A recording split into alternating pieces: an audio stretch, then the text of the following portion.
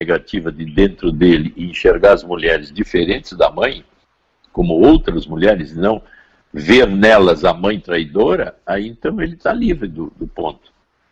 Mas são traumas tão fortes como esse da caixinha de sapato. Claro. E não são traumas, vê bem, não são traumas racionais verbais, são traumas afetivos. E quando se trata de afeto, o afeto ele toma conta da conduta.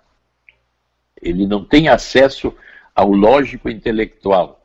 Por isso que eu tenho que trabalhar a minha capacidade de perceber verbalmente ou racionalmente afetos. Aí eu começo a me desidentificar do problema. Mas eu tenho que racionalizá-los. Por isso as terapias são a forma de pensar estados afetivos de conduta automáticos. Isso é que leva tempo. E o interesse, então, é que dá condições de tempo de eu elaborar gradativamente até me livrar daquele complexo mais arcaico. Uma outra amiga que diz assim, ó, Bea, eu já estou com 60 anos, já era. Apesar disso, estou pensando em me separar do meu controlador. Sim, não é marido, é controlador. Sempre associei as falas dele com professor, com dono do campinho. Eu odeio esse homem. Eu estou pulando algumas coisas aqui. Eu odeio esse homem. Pretendo me separar. Estou montando toda a estratégia para isso. Mas ele tem me olhado com um olhar muito estranho. Acho que ele já sabe. Não tenho medo dele. Eu estou cada vez mais distante dele. Meu último filho já disse que vai morar em Santa Catarina, que não vai ficar no Rio Grande do Sul. Então, vou ter que ficar sozinha em casa com ele. Nem morta. Vou me separar. Estou contando isso para te ouvir falar sobre o assunto. Estou bem decidida e feliz com isso. KKKKK. É isso que ela coloca. Eu acho que aí ela já está decidida e a coisa vem evoluindo. Mas a gente vê assim que isso tem situações em que eu não consigo sair, então o ódio vai virando rancor, vai virando uma coisa de ressentimento, que isso destrói a pessoa por dentro. Então tem situações em que eu não consigo fazer essa separação, que no caso dela está evoluindo para isso, então eu desenvolvo estados afetivos muito traumáticos e estressantes internamente, que podem levar a doenças psicossomáticas, que é o ódio, o rancor, o ressentimento.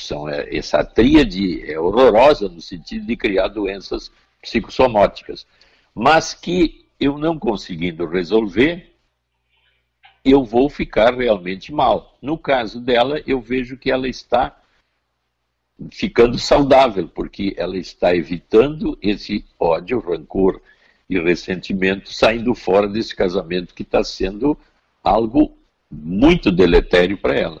Então, agora, doutor Maia, o fato dela estar, tipo assim, observando reações dele como se ele já soubesse, isso não é ruim?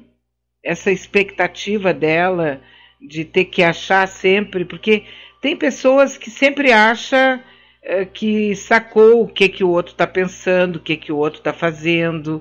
São pessoas que têm uma espécie assim de detetive na alma, né? Ela está sempre ligada e sabe muito bem o que os outros estão fazendo. E geralmente é contra ela, né? Isso aí não pode também causar daqui a pouco uma cena? É evidente, né? Porque nós não sabemos contextos de preparação de saída. E como ele é íntimo, eles são casados, então... Ele pode nem ter se dado conta ainda. Pode não ter se dado conta, e pode também ter se dado conta, quer dizer, eu ficaria numa zona intermediária, né?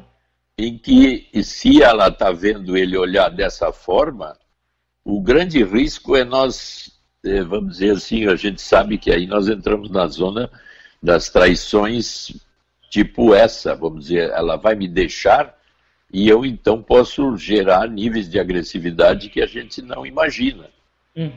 Então, eu acho que ela deve ver e observar bem o que ela está fazendo, que pode levá-lo a essa percepção, ou ela está exagerando na percepção e ele nem está sabendo de nada. Mas eu ficaria na zona intermediária, porque quando a gente é íntimo de alguém, a gente entende os mínimos detalhes de conduta do que está acontecendo, né? A não ser que eu seja muito tapado, né? Eu fico nessa última aí. Bom, exatamente.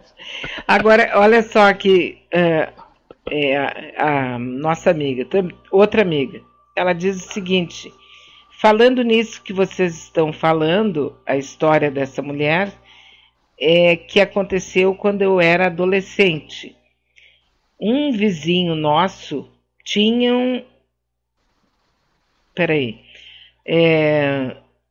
quando eu era adolescente, um vizinho nosso... Então, assim, eles tinham o vizinho, tá? Eles tinham uma vida bem normal, super comum. Era um velho e uma velha. Tinham filhos adultos que ainda moravam em casa. No dia do casamento do filho mais novo, ele casou, fizeram a festa em casa, uma família simples. Era meu vizinho. À noite, todos já tinham ido embora e, de repente, um rebuliço. Ele estava indo embora, Dr. Maia. Ele abandonou a casa, a mulher, no dia do casamento do último filho, inesperado para todo mundo, porque eles tinham uma vida super comum. Até hoje eu tenho pesadelos com isso. Parece que essa situação foi imperceptível para todos, né? Ele só estava esperando o último filho sair. E nele, o último casamento seria, vamos dizer assim, a data limite e, de certa forma, chocante para a família, porque isso funciona quase como um desaparecimento, morte, né? Que loucura, né? É tão súbito. Eu até me lembrei de uma situação assim parecida, que essa é bem mais grave, que as meninas tinham, acho que uma tinha 12 e outra 16, não sei bem, faz muito tempo, e aí uma noite houve um telefonema para o pai de um jovem. E aí a filha atendeu, eles estavam em casa, a mulher, o marido e as duas filhas, e ela pegou o telefone e disse: pai, tem um menino aqui querendo falar contigo. Aí o pai pegou o telefone e foi para o quarto. E depois voltou e: o que foi, pai? Não, nada, um guri queria falar comigo sobre isso. No outro dia de manhã não acharam o pai. Ele estava na garagem, dentro do carro, com a garagem blindada. Ele ligou o motor e morreu por monóxido de carbono. Ele estava morto dentro do carro. Aí o que depois se descobriu? Que ele tinha uma amante, e essa amante tinha um filho, e que ela depois resolveu que o filho deveria falar com ele. Ele se matou por vergonha, porque ele teria que contar para a família que ele tinha um filho de 11 ou 12 anos na época. Então tu vê que tem saídas como essa, em que ele sai vivo, e tem outras que o sujeito sai morto. Que loucura, né? E geralmente tu não tem nenhum sintoma, a pessoa tem uma vida comum. É muito comum a gente saber, por exemplo, de um homem que tem 2, 3 famílias, até em novelas isso já apareceu, né? Não, eu tenho um colega médico que ele, no início da década de 70, eu sabia que ele tinha 3 mulheres, cada uma morando no lugar. E Sim. Com o correr da década de 70 até hoje, ele tem 3 famílias, com cada uma com 2 a 3 filhos. E como é que ele conseguia? Porque ele estava sempre de plantão. No pronto-socorro, no Grupo Conceição. Então, quando ele estava na casa de uma, ele estava de plantão para outra. E agora, as 3 famílias se dão... Sim. Você vai fazer o quê, né? O nome da família é Plantão. E Plantão e companhia. E ele parece que ainda está muito bem. Que coisa, né? E sabe que eu acho isso fascinante. A pessoa ter essa capacidade meio assim de ter várias personalidades e circular em ambientes diversos e conseguir manter isso blindado, separado durante um tempo, claro. Mas conseguir isso, como é que funciona o interno da pessoa? Não é o nome? Aquela história de chamar a mulher de meu amor, minha querida, porque esqueceu o nome, né? Então... Beatriz, eu e tu não estamos falando mal dos médicos plantonistas, viu? Deixar isso bem claro. Deixemos bem claro. Agora, também ele passava muita credibilidade para as 3. Porque não, durou anos o não saber. Uhum. Ficou assim uma coisa até jocosa entre colegas, né? Porque todo mundo perguntava, quando é que vai acontecer a reunião de família? Eu conheci um delegado assim. Conheceste já? Sim, ele também tinha uma tripla vida, mas era muito perturbado. Mas enfim, o que a gente sabe é que nós estamos falando de pessoas, né? E claro. As pessoas, cada uma é um universo, e aí pode acontecer tempestades, raios, trovões, calmarias, de tudo, né? Eu e tu estamos querendo criar capacidades de entender complexidades desta ordem, né? Sim, nós não estamos definindo ninguém, né? Não. Aliás, está para nascer o ser humano completo e acabado, né?